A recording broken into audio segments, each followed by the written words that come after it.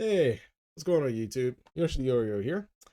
So, I just woke up, had some breakfast, and I was watching some videos on YouTube, and I came across a video by a channel called Flashback History. So, basically, what this guy does, if you can tell by the title of his channel, he covers history and certain topics of history.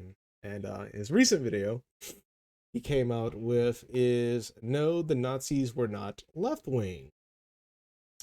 Shocker, if I had a nickel for every time a communist, a socialist, or a Marxist said that the Nazis were not left wing or socialists, I'd be able to pay off my student debt. No cap. So I guess today I'm just going to just start debunking this guy's video. Because obviously I don't agree with the idea that, Hitler was a right winger. Because first of all, it's antithetical and also stupid. This is a history channel. I usually focus on historical events, not modern politics, and that's a choice. But today, I'm going to make an exception to that choice because the more content I make on the Second World War, the more I get people in the comments saying things like, Nazis were National Socialist. Let's not forget their far left political element. Or, in another flavour, socialists are leftists, including Nazis. And I think this is wrong. I mean, that's fine. You can think that it's wrong, but at the same time, we're not here to just think. We're also here to understand exactly what the hell is going on so we don't repeat history. So we don't need to be thinking we're right. We need to know that we're right. So we need to address that. As a matter of fact, and I can actually blow his entire argument out of the water, hell, his whole video out of the water, just by analyzing Hitler's worldview on how he saw Jesus. If Hitler was a right winger, right, that would mean he's a right wing Christian, right, since he's on the right wing. But we have to ask ourselves, how did Hitler view Jesus? And we have to understand who Jesus was. Jesus was the King of Jews. This was a title bestowed upon him during his birth by the three wise men. So that would mean Hitler would refer to Jesus as the King of Jews, but Hitler does not refer to Jesus as the King of Jews. He refers to Jesus as a socialist. From the Independent, at its height, Hitler's appeal transcended party division. Shortly before they fell out in the summer of 1933, Hitler uttered sentiments in front of Otto Wagner, which were published after his death in 1971 as a biography by an unrepentant Nazi. Wagner's Hitler, Memoirs of the Confidant, composed in a British prisoner of war camp, did not appear until 1978 of the original German, and arrived in English without much acclaim as recently as 1985. Hitler's Remembered Talk offers a vision of future that draws together many of the strands that once made utopian socialism irresistibly appealing to an age bred out of economic desperation and cataclysmic wars. It mingles, as Victorian socialism had done before it, an intense economic radicalism with a romantic enthusiasm. Jesus Christ. For a vanished age before capitalism had degraded heroism into sordid greed and threatened the traditional institutions of the family and the tribe. Socialism, Hitler told Wagner shortly after he seized power, was not a recent invention of the human spirit, and when he read the New Testament, he was often reminded of socialism in the words of Jesus. But we all know when it comes to Hitler, he was interpreting the Bible not through the lens as a Christian, but interpreting the Bible through the lens of a Marxist, which is why he refers to Jesus as a socialist.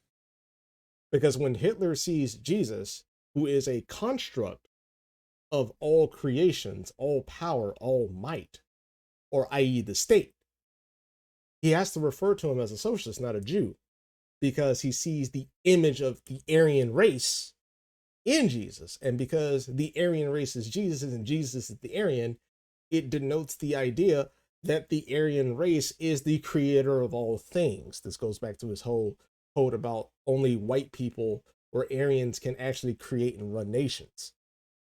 And if you're actually familiar with Karl Marx's book of Das Kapital, he often refers to the Jew in in terms of capitalism, and capitalism in terms of the Jew. He uses the two words interchangeably. And Karl Marx is quite literally the person that is antithetical to religion. He's antithetical to Judaism. He's antithetical to Christianity. He quite literally hates his own self, much like how a lot of people on the left hate themselves, and people like Nick Fuentes and his little circle. And this was a person who inspired Hitler, which means he also hated himself. But he claims to love himself, but he honestly hates himself. I mean, hell, you quite literally got people in the LGBTQ going around talking about Jesus was a socialist. Where do you think they got that from? I find it kind of funny that people that say that they're not like related to Hitler or using Hitler's tactics or using, Hitler's policies are quite literally saying quotes from Hitler without realizing that they're quoting Hitler. Not just politically wrong, but historically wrong. Now, of course, it doesn't help that terms like left and right are abstractions of quite complex political beliefs, but it is the best we have, and even so, Nazi Germany fits quite comfortably on the right side of this divide. Culturally, yes. Economically and ideologically, no. I mean, just look at Nick Fuentes. He's quite literally a Mexican Hitler. So, today I'm going to try and prove that to anyone who's on the fence. I will leave aside my personal feeling that it's a sad reflection of our times that this has become a matter of debate, but there you are. I mean, it's kind of hard to say that you're trying to leave out your personal feelings on a topic like this because, well, let's face it, we all have a stake in something of an identity that is somehow thrown into this man's history, I'm Christian capitalist. You're probably secular, atheist, Marxist, socialist, communist, socialist, Democrat, one or the other. So clearly you do have thoughts. That said, let's begin. So, the most common arguments I've seen are ones that go like this one. Commies always say Nazis was the right wing, when the term is short for National Socialism. And this is actually true. National Socialism is where we get the term Nazi. And fun fact, when Hitler was doing his tour of Germany to rustle up popular support, he would actually subtly change the title depending on his audience. If, say, he was addressing a trade union in Berlin, he would capitalize the S in socialism, emphasizing his solidarity with workers. But then the next day in Munich, when addressing conservatives, he'd make the S lowercase and capitalize the N in nationalism. He knew how to be a man for all sides. But in any case, the point does stand. It's literally in the name, National Socialist. Therefore, the Nazis were left-wing. Now, I don't want to spend too long on this argument because I think we can all see the problem with it. Things aren't always what they call themselves, which is why North Korea, despite being the most repressive nation on Earth, still officially calls itself the Democratic People's Republic of Korea. It's false advertisement and, taken too literally, it'll get ya. Dry clothing works by getting your clothes wet, just with chemicals instead of water. French fries come from Belgium, not France. You get the idea. I kind of hope this entire video is not you arguing off of semantics of how you want to view things, as opposed to just, well, I don't know, looking up the guy's book himself and determining exactly what he said in his own words. I don't know, maybe. And right here, you already shot yourself in the foot. You said it yourself. In one area, he's a socialist. He's campaigning as a socialist. And in another area, he's campaigning as a nationalist. So he's campaigning as two entirely different things. He's campaigning as a man-made religion and campaigning under the guise of God himself, the Bible, nationalist. So then which one is he? How do you ascertain the truth from a person that says that he's one thing and the other? Simple. You take what he says when he gets what he wants. What did he say he was when he ascertained power in 1933? He was a socialist. A socialist. Like, you have to keep in mind, like, Hitler saw himself different from the Marxists, the socialists, and the communists. He was quite indeed inspired by them in terms of economical policy, but in terms of being compared to them, he saw themselves in a different light. Like, clearly, he's nationalistic, and you guys are more internationalistic.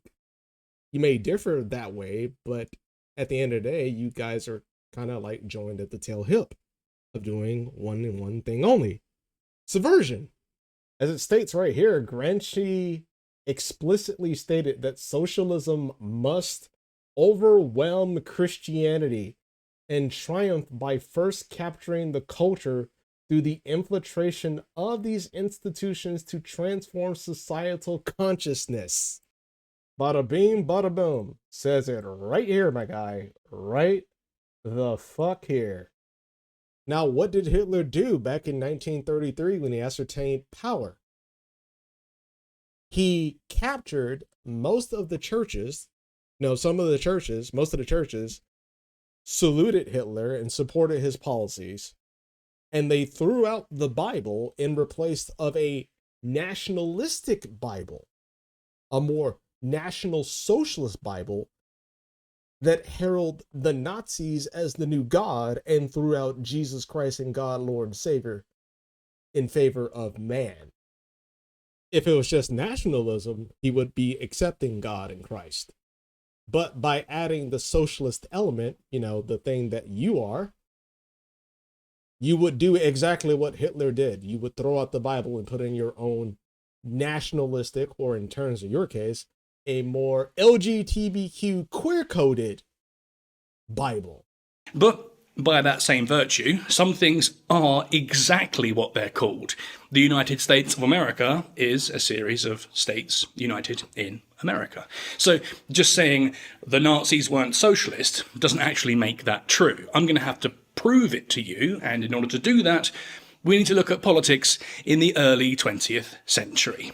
So, before the outbreak of the First World War, there was one ideological game in town: imperialist capitalism. Free markets, traditional values, expansion of territory, colonial ambitions, private property, all that stuff. Now, I'm not saying capitalism is always imperialist, but at this specific time, it usually was. But then, in 1917, just before the end of the First World War, a brand new ideology emerged from the shadows and took over an entire country. Russia went from the old world of imperial capitalism to a shiny new future under this novel political movement: communism. Communists saw the defining features of capitalism as fundamental injustices, and instead offered a new way: a classless society where property was collectively owned and distributed among the workers, where the church was stripped of its power and influence. Oh, you mean like Hitler? Hitler was all about that welfare state, him and his Aryan people just needed to be handed land and redistributed land. Let me correct that. Redistributed land and welfare, which is exactly what he wanted. And I already covered the whole church thing, so yeah, you ain't doing too well. And where the only war left to fight was between the workers who were oppressed and the capitalists who did the oppressing. Right, and the Aryan is the oppressed class in Hitler's case, and the Jew is the oppressor. What's the difference? This sudden bifurcation of political philosophy in 20th century Europe created a bit of a hoo-ha, both between, but especially within, nations. Nowhere was this more prevalent than in Germany, which had just been destroyed after the chaos of the First World War. Internationally humiliated and desperate at home, Germans started to squabble about which direction the country should take: the new left or the old right. This squabbling then led to a series of street fights between communists, desperate to bring Germany into the shiny new communist utopia, and the conservative factions, determined to keep communism at bay, restore Germany's national pride, and return to the politics of the old world. One of these right-wing anti-communist factions, which was particularly violent, was the Freikorps, and it's from this organisation that the Nazis would go on to fill their ranks, including major figures such as Ernst Röhm, Rudolf Hess, Reinhard Heydrich, Karl Ernst, and Martin Bormann. The ranks of the Nazi Party were firmly and comfortably drawn from the right of the political spectrum, not the left. This is factually wrong because Adolf Hitler was not only against the Marxists, the communists, the socialist democrats, he was also against the old conservatives. Because the old conservative, the old right, was in favor of democracy. They valued democracy. Hitler did not value democracy because he often saw democracy as the reason as why the Aryan race was being erased from existence. He viewed the old right as weak and corrupted because they couldn't deal with the Marxist infection. The old right was losing that battle. They were losing that battle badly. No one wanted to put them back into power because no one wanted it. No one wanted the old capitalist system. They all wanted something new. And the only people that are offering something new was Hitler, Marxists, socialists, socialist democrats, and communists. Hell, Hitler saw most of the fucking politicians within the Weimar Republic to be bought off by the Jews. Why the fuck would he fit comfortably in the right wing? That doesn't make any sense, bro. You're coping. It even says it right here. In the early 1920s, the Nazi Party was a small radical movement of the far right that aimed to overthrow the Weimar Republic by force, as demonstrated by the failed beer hall Putsch, whatever, in 1923. Although Hitler later used legal means to gain power, his ultimate goal remained the destruction of the democratic institutions. Once in power, he moved quickly to eliminate not only leftist opposition, such as socialists and communists, but also potential rivals within the right, including during the 1934 Night of the Long Knives Purge of the SA leadership, which unsettled conservative military leaders. Hitler also attacked what he perceived as the failures of the old political class, blaming them alongside Jews and Marxists for Germany's defeat of World War I and the subsequent national humiliation. His vision of the racially pure expansionist German state went far beyond the aims of traditional conservative right, which focused more on restoring monarchical or aristocratic order rather than creating a revolutionary racial hierarchy. Thus, while the Nazis sometimes collaborated tactically with conservative forces, Hitler was ideologically and strategically against the old right's adherence to established institutions and sought to replace it with a totalitarian, racially driven regime. But that's not the point I actually want to make. Not yet, at least. What I'm really trying to say is that by the 1920s there were two ideological games in town. Old world capitalism and new world communism. And as I said, this two-sided struggle created a lot of hoo-ha across Europe as countries agonized over which side to pick. The devil you know, or the devil you don't. And all that was until 1922, when a man named Benito Mussolini marched on Rome with a brand new offer. A third option. Not communism, but not exactly capitalism either. Under Il Duce, you'd get the best of both worlds. A strong state that preserved national pride, but whilst also having a hand in the economic market that would make sure that the workers would be well fed and without all that hassle of abolishing private property. There's no such thing as the best of both worlds when it comes to like capitalism and socialism. Like Antonio Gramsci says, the whole idea of socialism is to infiltrate the system. So if you need to control people's consciousness, right? Since you need to control the market, you need to control people's consciousness. If you need to control their consciousness through the economy, right? You can't have too much capitalism, because if you have too much capitalism, well then, you lose that consciousness and you lose control of the people. So you need more socialism, right? You need more socialism in order for you to keep that control over the free market.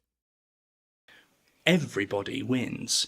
Mussolini called it fascism, named after fasces from ancient Rome, which were used to symbolize political power.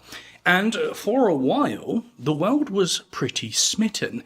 International coverage was positive, and Il Duce's third way seemed to be going quite well for Italy, at least in the beginning.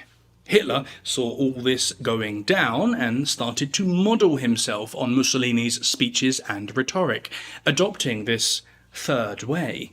In fact, when the two men actually met for the first time, Mussolini would even joke that Hitler made for a pretty uninspiring tribute act. In the end, of course, it would be Hitler making fun of Il Duce, but history loves irony. I've been critiquing you for quite some time, but yeah, you're right. Everything you just said right there was right.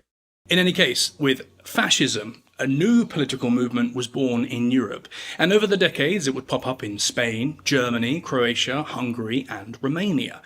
Some say it hasn't completely left us yet. Unfortunately, though, as we've mentioned, things don't always perform as advertised, and before long, this third way between the new and the old, the left and the right, just became a more extreme version of the old and the right. And this happened both in Italy, but most importantly, since we're judging the Nazis, it happened in Germany too.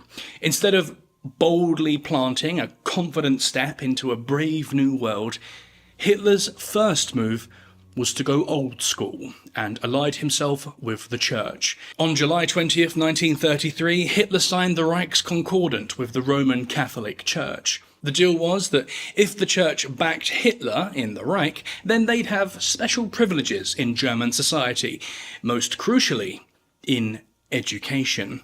National Socialism was suddenly starting to look a bit more Christian nationalist. Meanwhile, on the left side of Europe, communist Russia was openly hostile to the church. Religious education was banned, churches were destroyed, and monks were imprisoned. The institution of religion was completely uprooted from society. The right allied with the church, the left destroyed it. But that's not the full picture, of course, so let's get to the nitty-gritty that we all think things are defined by: economic policy. After all, the fascists were supposed to intervene in the economy in order to protect workers' rights. In reality, not so. Hitler did get his mittens in the market, but unlike the left, where capitalists were thrown out and industry was collectivized, under the Nazis, the capitalists and industrialists were allowed to stick around so long as they helped build the war machine. This is why Nazi Germany had a nasty collection of war profiteers who made themselves extremely rich from feeding the insatiable beast. IG Farben, which made Zyklon B, and Krupp being prime examples. But whilst capitalists were able to accrue obscene wealth under the Nazi regime, trade unions, a staple of the left-leaning workers' movement, were abolished. Literally. Under Hitler, all trade unions were banned, leaders were whisked off to concentration camps, and a new organisation called the German Labour Front was established instead. But that was actually a puppet of the Nazi regime. The whole time, profits flowed handsomely, and the working class remained underpaid. Not very left-wing. Now, that's not to say that the working class got a taste of utopia in the Soviet Union either. That experiment turned out to be a horrific failure for the working class as well, just for very different reasons. I don't really know too much about what you said, but even I know for a fact that what you just said in that video is factually wrong. So instead of me trying to explain my way through something that I don't necessarily fully understand on this part, I'm going to let an expert explain it for you. Tick?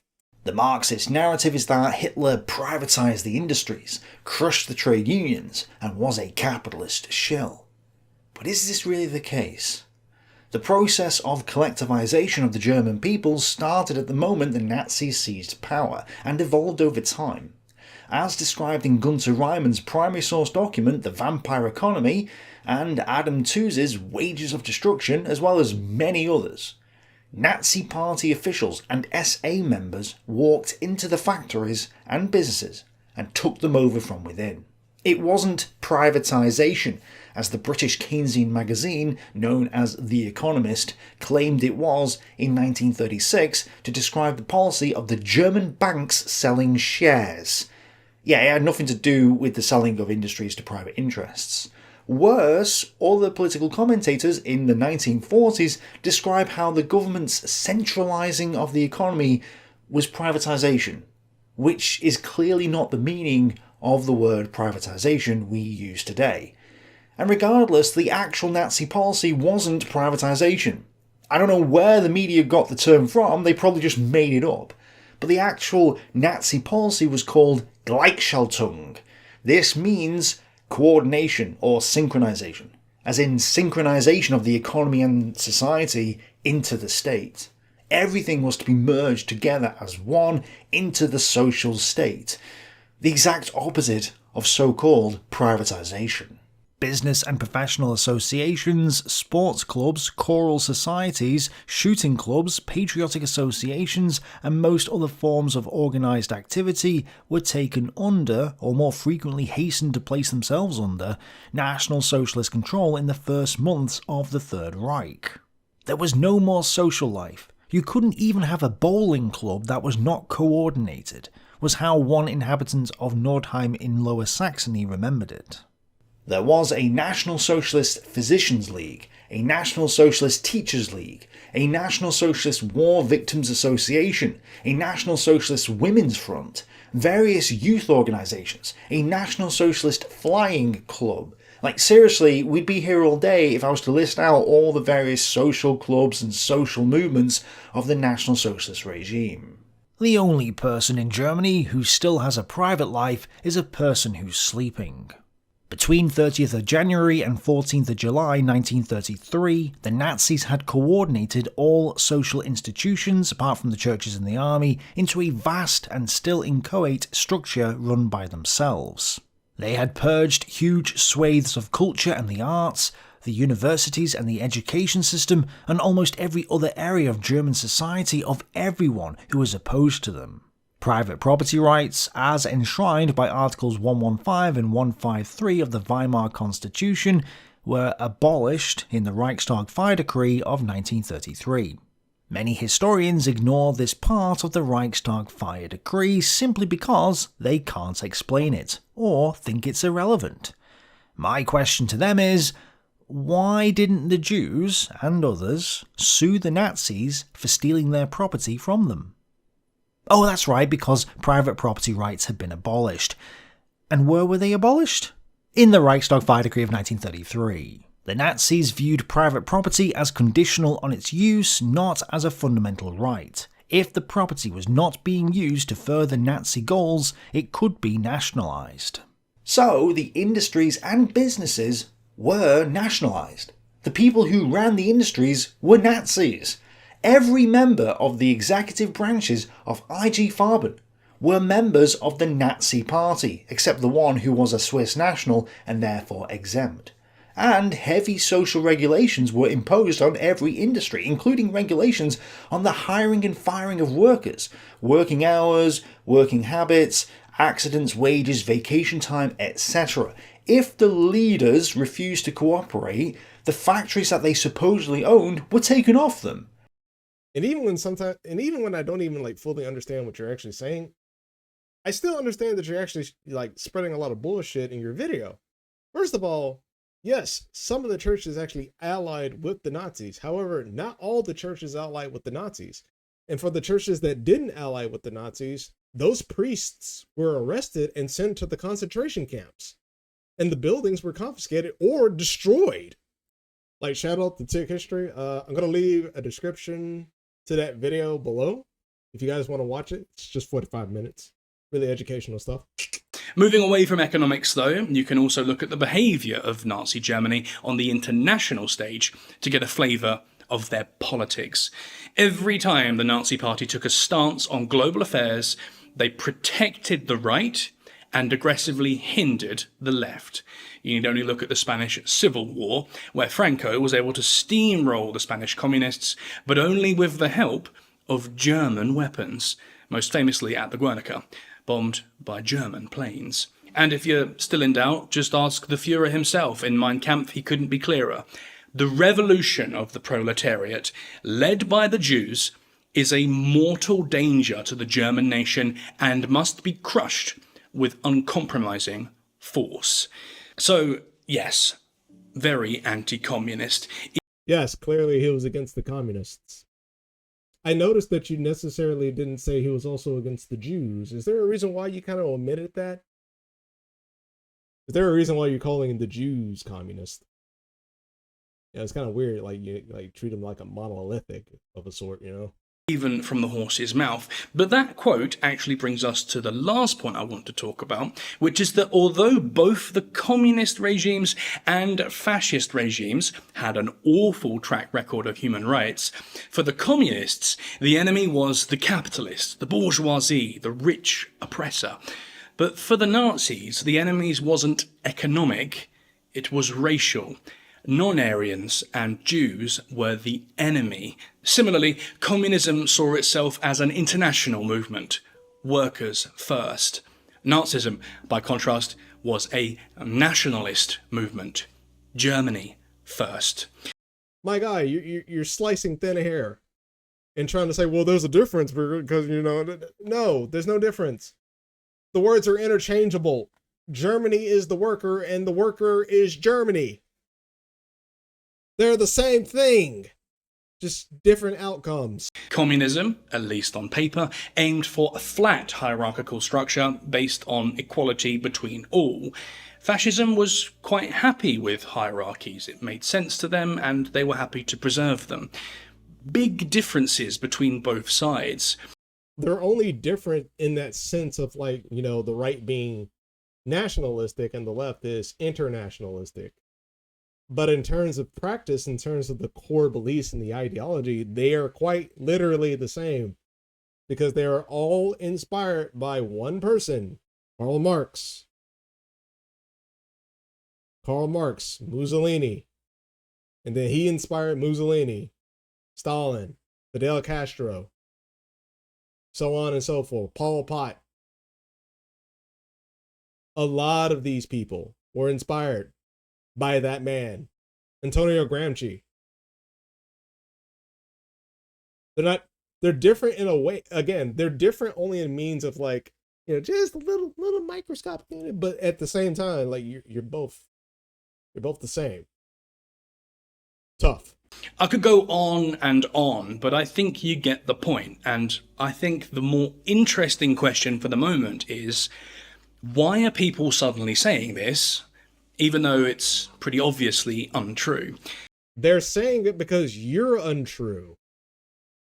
My guy, you're acting like the comment section. Jesus Christ. He's acting like he's the only arbiter of truth on this goddamn platform when it comes to this discussion of, like, World War II history and, like, Hitler's origin. Like, my guy, you're wrong. You're quite wrong on this. Like, Hitler is not a right-winger. Now, in terms of his upbringing, was he a right-winger? Yes.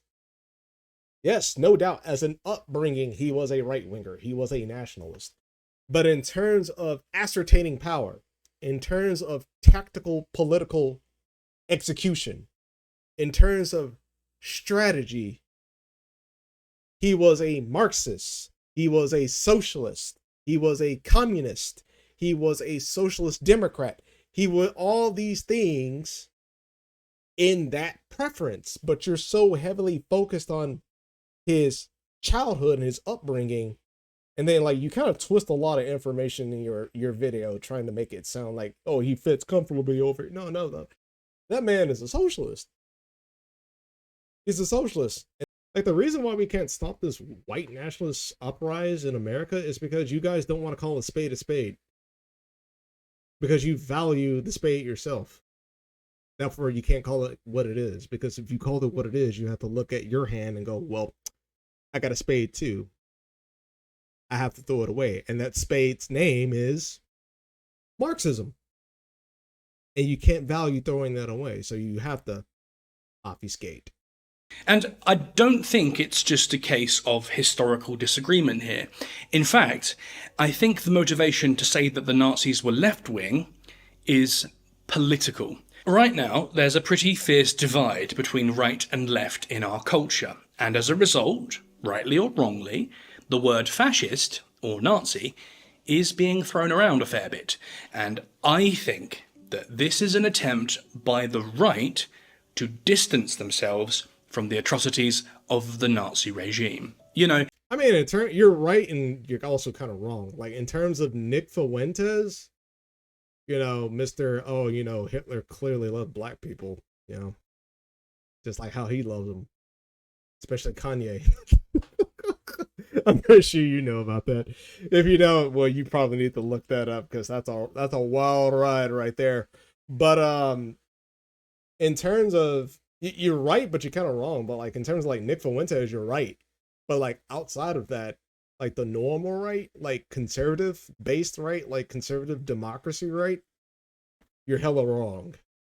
And I kind of wish like people like you're not probably doing it in like a very disingenuous way, but I kind of wish people, it's not that hard to find these people on YouTube. Like they're openly quite saying it, but we keep using this very broad, this very vague labeling of, oh, the right, the right, the right, the right. Not everybody is on board with that, because if that wasn't the case, we wouldn't be having a internal civil war of MAGA when it comes to the Epstein files. Don't read him nothing, HT. Tell that fucking nigger to go find it himself. Well, Yes, sir. Listen, let's just stick with the Americans for now. And then we got this fucking The British Naturalization guy over Act. here. Like, bro, or you're with the standard guy. Yo, you're British, right? Bro, You don't know your fucking. You don't know your. You don't know your fucking. Hold on. Yeah. Hey, Myron, you're in a hostile And I'm not area, scared bro. to have conversations with you guys because I'm not a pussy. Okay, So well, you're gonna have to either you're kick not me gonna out have or whatever. You're not gonna have a conversation with him. That's what I'm trying to Okay, say. well, this dude's a faggot, so whatever. Fucking British guy. You're Like, a- dude, I know you're mad about Mate, 1776. black men Yeah. are like most Hey, likely to hey, fuck retard. other black men. You Hey, fucking look, black cunt. He's not British. He's not British. Kick this nigger. That's the fucking first mistake you made. He's not British.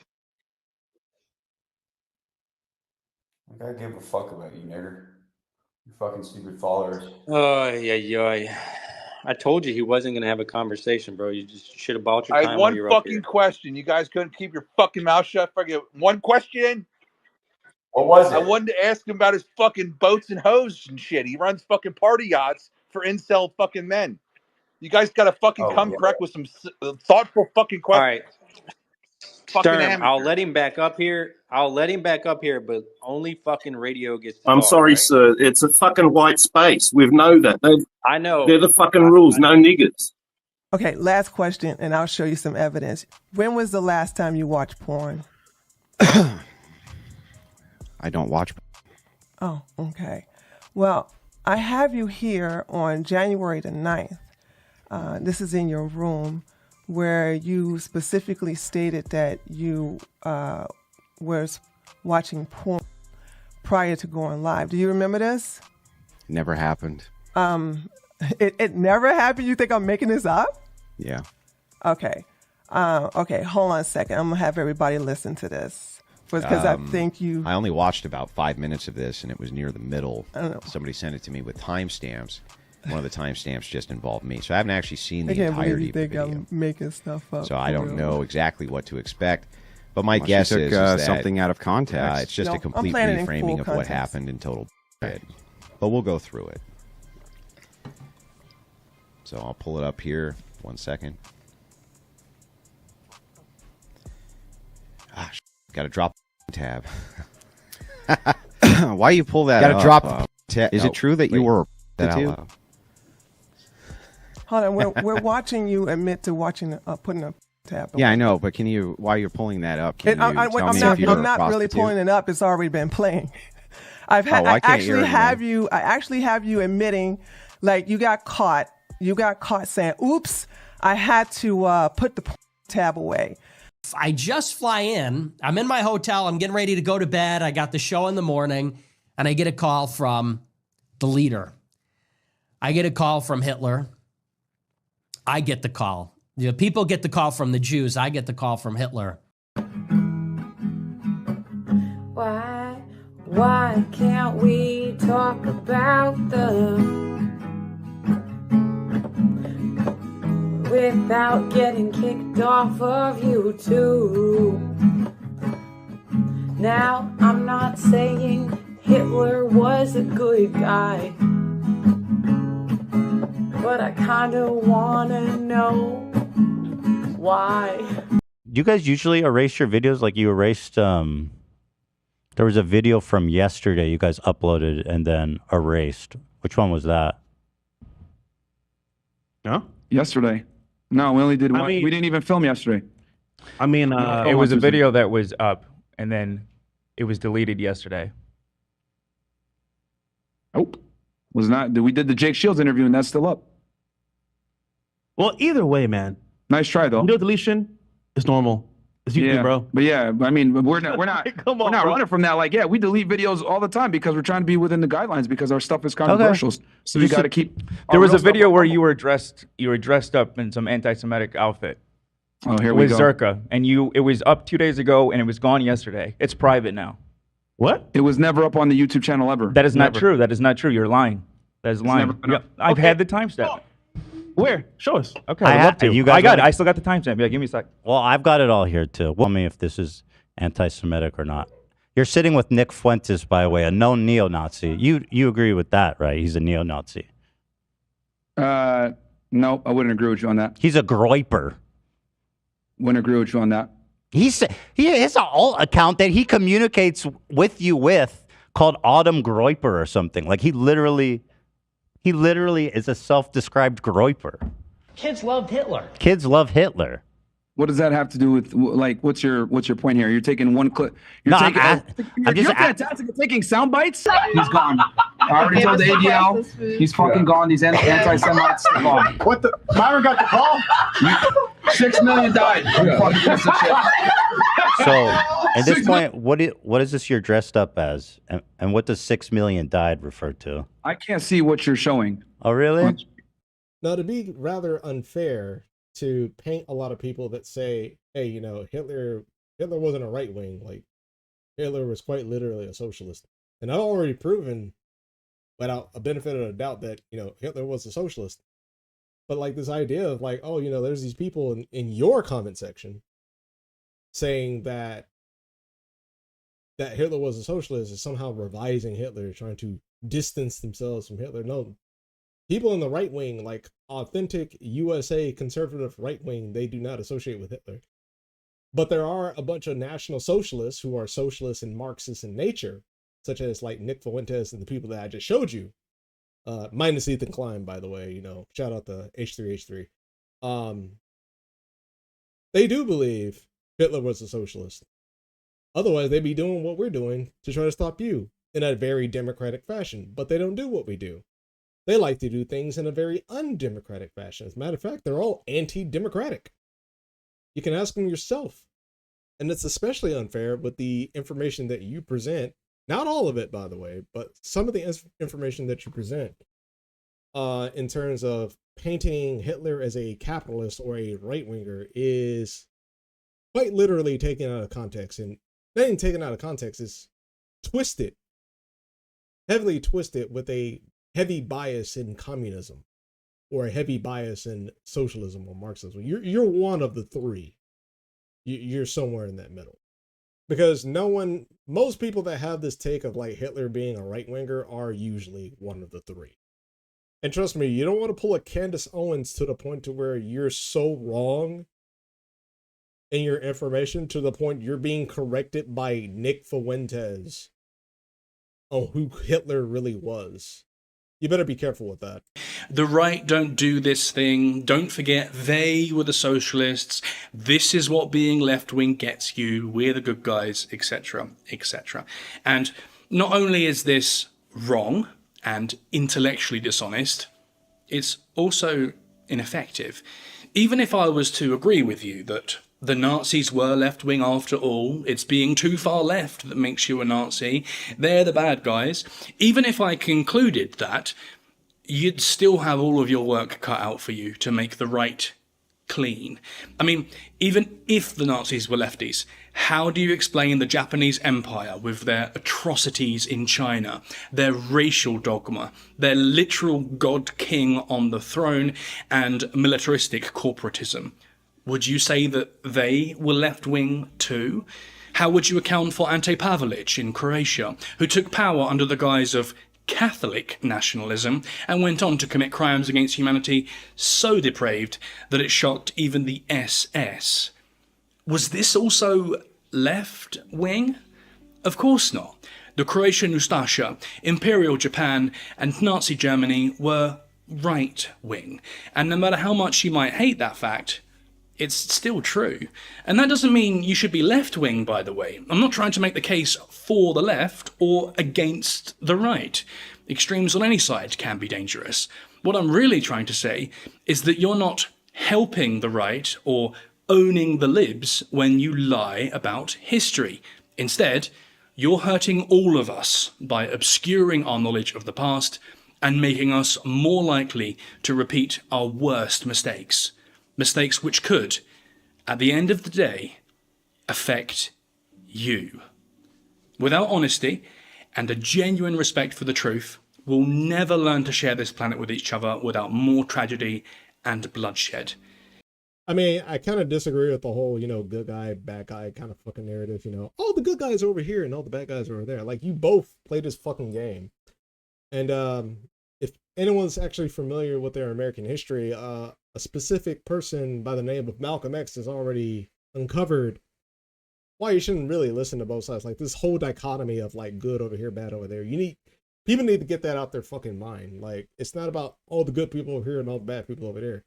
It's about the people with the bad ideas are in here, and all the people with the good ideas, with the good hearts, are right here. That's what we really need to get back into. In this crooked game of power politics here in America, the Negro, namely the race problem, integration, civil rights issue, are all nothing but tools used by the whites who call themselves liberals against another group of whites who call themselves conservatives, either to get into power or to retain power. Among whites here in America, the political teams are no longer divided into Democrats and Republicans. The whites who are now struggling for control of the American political throne are divided into liberal and conservative camps. The white liberals from both parties cross party lines to work together toward the same goal. And white conservatives from both parties do likewise. The white liberal differs from the white conservative only in one way.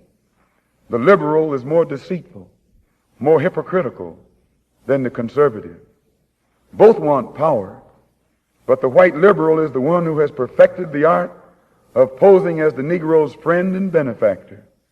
And by winning the friendship and support of the Negro, the white liberal is able to use the Negro as a pawn or a weapon in this political football game that is constantly raging between the white liberals and the white conservatives. The American Negro is nothing but a political football, and the white liberals control this ball through tricks or tokenism, false promises of integration and civil rights. In this game of deceiving and using the American Negro, the white liberals have complete cooperation of the Negro civil rights leader, who sell our people out for a few crumbs of token recognition, token gains, token progress. In the New York Tribune, in an editorial dated February the 5th, 1960, they pointed out that out of 11 million qualified Negro voters, only 2,700,000 actually take time to vote. This means that, roughly speaking, only 3 million out of the 11 million Negroes who are qualified to vote take an active part. and the remaining 8 million remain voluntarily inactive. And yet it is this small minority, the 3 million Negro voters, who help determine who will be the next president. And then on top of that, you're doing the exact same thing too. Like, you don't want to call the spade a spade. Again, all the people you just brought up, who were they influenced by? If they all agreed, right, and Hitler was a socialist, that would mean the two other people that you brought up were also abiding by some form of socialist ideology, some form of Marxist ideology. Hey, you just said it yourself. That one guy, I forgot his name, that one guy ran by some form of Christian nationalism. Well, if you understood the Bible and not by politics, if you understood God, if he did that, then that wasn't of God, that wasn't of the Bible, that was of man. Okay, what man-made theology allowed that to happen? Marxism. It is always Marxism. As a matter of fact, I'm going to have to get you on that because, again, you're doing exactly what you're saying other people on the right are doing. Here's your boy, Mr. Ante Pavelic, and Adolf Hitler shared a deep ideological alignment as fascist leaders who promoted extreme nationalism and anti-Semitism. Now remember, anti-Semitism is rooted within Karl Marx's ideology. Pavlik, the leader of the Ustaše movement, was installed as a leader of the independent state of Croatia. I'm more likely said that wrong. A puppet state created by Nazi Germany and fascist Italy after the invasion of Yugoslavia in 1941. And I like how you try to do this whole rewriting of history, like how you claim other people are doing, of, you know, the Nazis saying that Pavlov's actions of exterminating over 700,000 people was considered bestial, almost like you're trying to vindicate them, when it quite literally says right here that he remained an ally of Hitler until the end of the war, expressing his commitment to the Fuhrer by promising to live and die for the Fuhrer. Like, you're quite literally going out your way not to call a spade a spade. At least the people who are saying Hitler is a socialist is about right. I mean, you're kind of, not really, you're kind of like 1/16 right. And they're like 1/4 right. And you're like way off the mark. And you want to know my honest opinion about this whole situation? I'll tell you. We need to be able to call a spade a spade. Hitler was a Marxist. Drop it. The second you drop that, and the second we actually start going back to capitalism, the more reason Nick Fuentes and his followers don't have a reason to be going on Twitter talking about Hitler's based and that, you know, whites are being oppressed, because we have a capitalist system and that everything is in working order, and that those with the skills, right, who have the merit that the market demands to have that skill will be paid that salary. Therefore, they can actually get the means of what they're, of the skill that the skill can provide to society. But we can't stop that when people like you like to keep pushing and promoting Marxist policies or socialist policies or socialist democratic policies or communist policies, because it's causing even more constraints. More red tape is causing more problems in this country. And then you're wondering why there's a rise in white nationalism, because you cause problems with these policies. This is why these people are in Nick Fuentes' circle talking about Hitler was right and he was a hero. Because we're going through the exact same thing. Because you're doing the exact same thing. Implementing the policies that made these people who they were in the first place. Now, all of them going to, you know, walk away from the Groyper movement? Not really. I mean, I'm pretty sure there's going to be some people that's still going to be stuck in that position. But it's not about winning the majority of them. It's about winning the people over just one. Just one. Giving that one, or just that minority, that opportunity to step away from that circle and be like, you know what? I was wrong.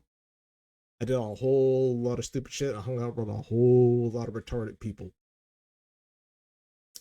And now that the market's back in place, I'm being valued as a person by my merit. I'm not being demonized for being white and being straight and being a male. Life's good. And those fuckers over there, they ain't got no skill, because look where I'm at, you know? Because you don't stop hate with more hate and censorship. That's how you ferment hate. You give hate an incentive to do something a lot more, and that something more is being constructive. Well, that's it for this video, guys. I know it was a long one. This was the first long video I've ever did. This is like, what, close to 55 minutes or something like that? Woo, that's a doozy.